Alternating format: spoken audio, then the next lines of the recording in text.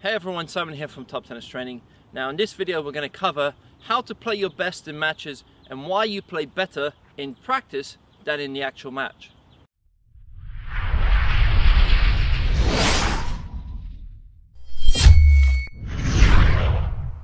Now this is a question that keeps popping up on our social media.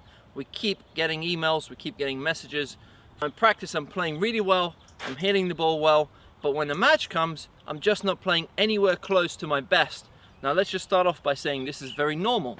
Most players play better in practice than in the actual match. And there are a few reasons why this happens. The number one reason, the most common reason, is players are not used to competing. They're not used to playing matches. They don't play enough, they don't compete enough, so when the match nerves hit, it overshadows them, it overcomes them, and they start playing much worse because they're not used to that situation. The second thing is players not practicing properly for the actual match. So if you're someone who just hits cross court down the line and does a lot of drills but doesn't include point play specific drills, you're always going to struggle in the match, because hitting the ball is one thing, rallying with someone cross court is one thing. Building a point and constructing points is a very different thing. It's a different sport. Now, point play based drills is something that you'll hear me mention time and time again in this video. This is where you play points in specific ways over and over again.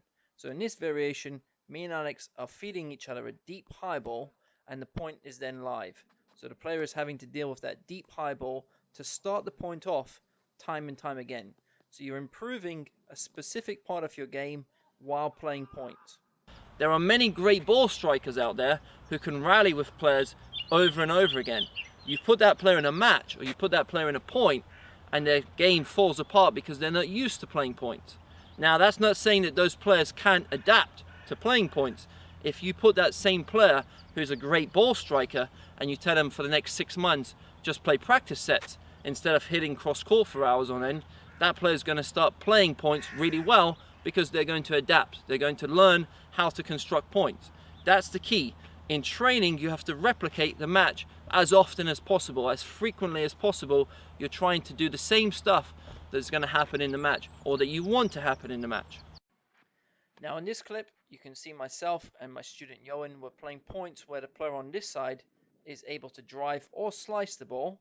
They're allowed to do whatever they want, and the player on the other side is only able to slice. So the player down there is working on developing a more powerful, more deadly slice and defending with the slice, and the player on this side is more or less in control of the point and should be able to set up and really go for their shots, really attack, while the other player is defending. So there are many ways that you can play points and improve specific skills inside those points. It doesn't just have to be practice sets. You can set up points in many, many ways, and this is something that we'll cover more inside our Tactics Blueprint course.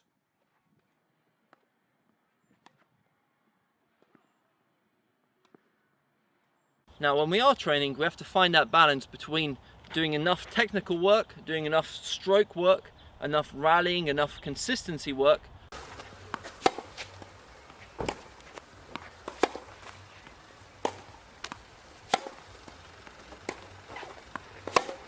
but then we also have to put that into point play, and we have to do a lot of point play based drills that will help us improve our match level.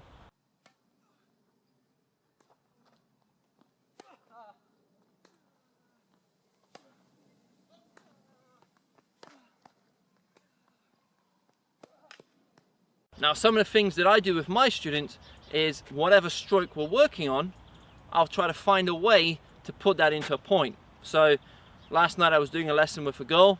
She's struggling with dealing with deep high balls. So firstly, the first part of the session was me feeding her those deep high balls and her reaction to that shot. So she was going back cross court with a lot of spin and a lot of height, giving herself the best option to recover into a good position.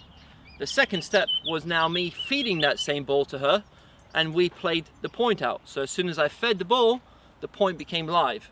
And we would do that over and over again. So she's dealing with the same ball that she's struggling with in a match, in training, time and time again, until that becomes easy for her.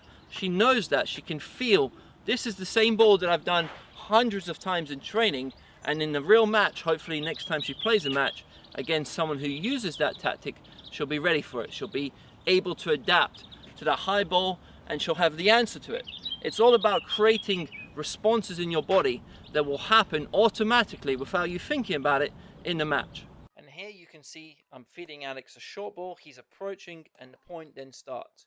So he's working on coming forward, and the player who's feeding is working on defending when someone is attacking him at the net. And now I'm feeding Alex a low volley. He has to pick that volley up and the point begins. So he's working on picking up low volleys inside the actual point. I'm working on defending and trying to pass him at the net. He's working on finishing the point with the volley. So a great way for one player to work on their volleys and the other player to work on their passing shots inside the actual point.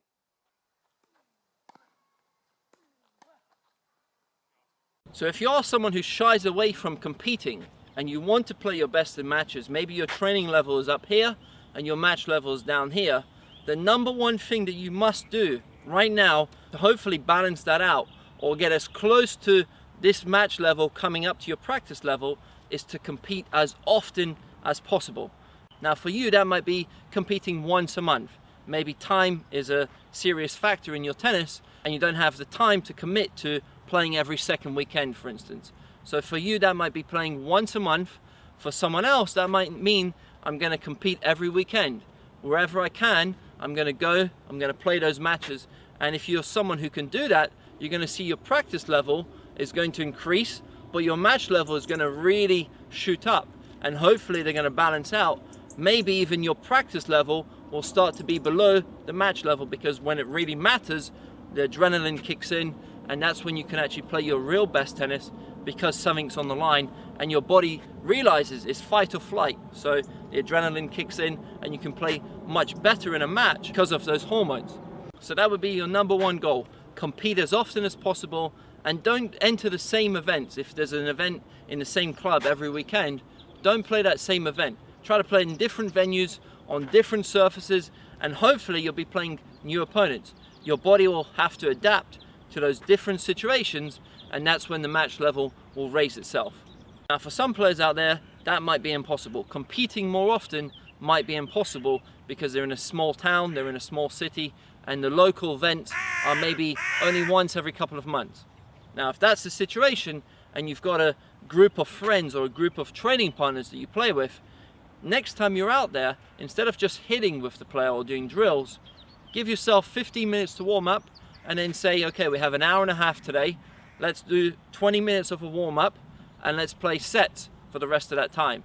So play as many practice sets as possible with the players in your circle and try to find more players outside of that circle to start playing more practice sets with.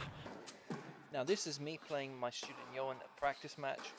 If we have a session that lasts 2 hours, the first hour 15 minutes will be spent doing drills and working on specific areas of his game. But the last 30 to 45 minutes will be spent playing a practice match. And we try and do this every single session, unless there's something that he really needs a lot of technical work on, then we'll cover that more in depth. But in general, when we have a 2-hour session, the first hour and 15 minutes will be spent doing drills and working on a specific part of his game, and the last 30 to 45 minutes will be playing points and practice matches. This would be the simplest way for you to raise your match level in training, by simply playing more and more practice sets. Now, I know myself, when I used to compete, my training level was up here and my match level was down here.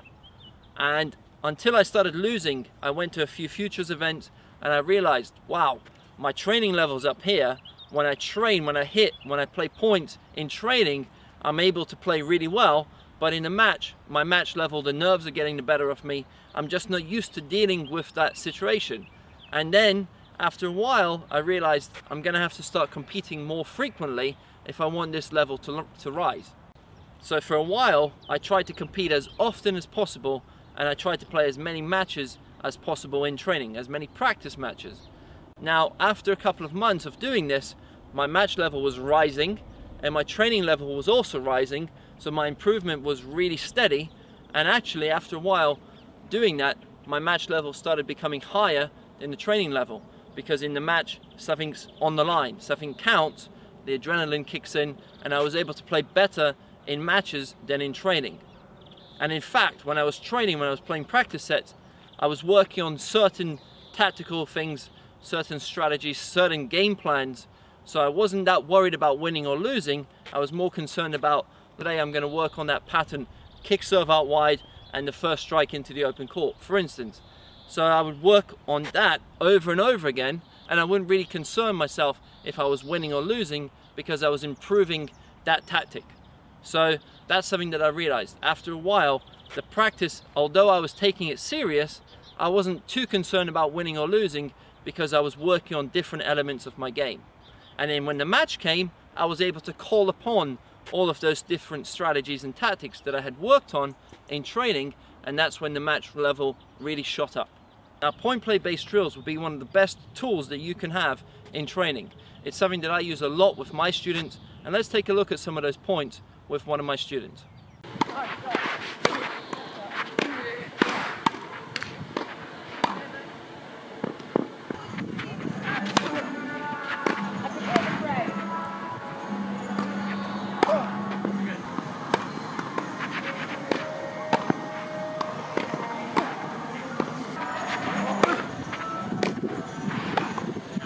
Now you can build a drill around any element of the game. So if you're working on hitting those short balls and coming forward, there's a drill that you can use for that particular pattern. So I feed my student a short ball, he approaches, he comes forward, and we play out the point.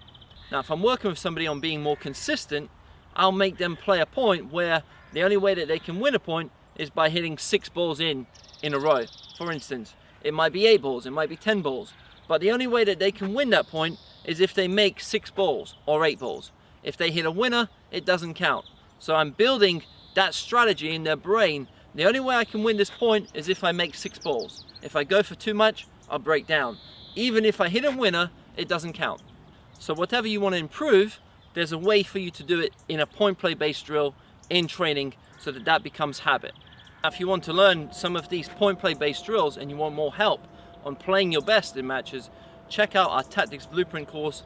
I'll leave the link under this video, and there you can find inside the course me and Alex doing a lot of these point play based drills, the most common ones that we use with our students and the ones that you should be incorporating into your own training sessions.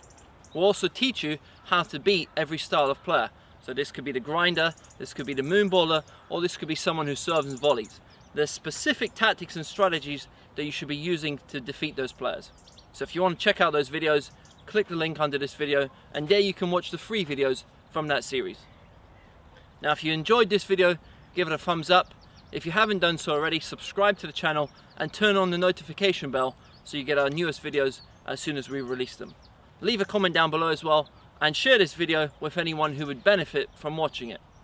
Signing off, Simon from TTT. All the best guys, see you soon.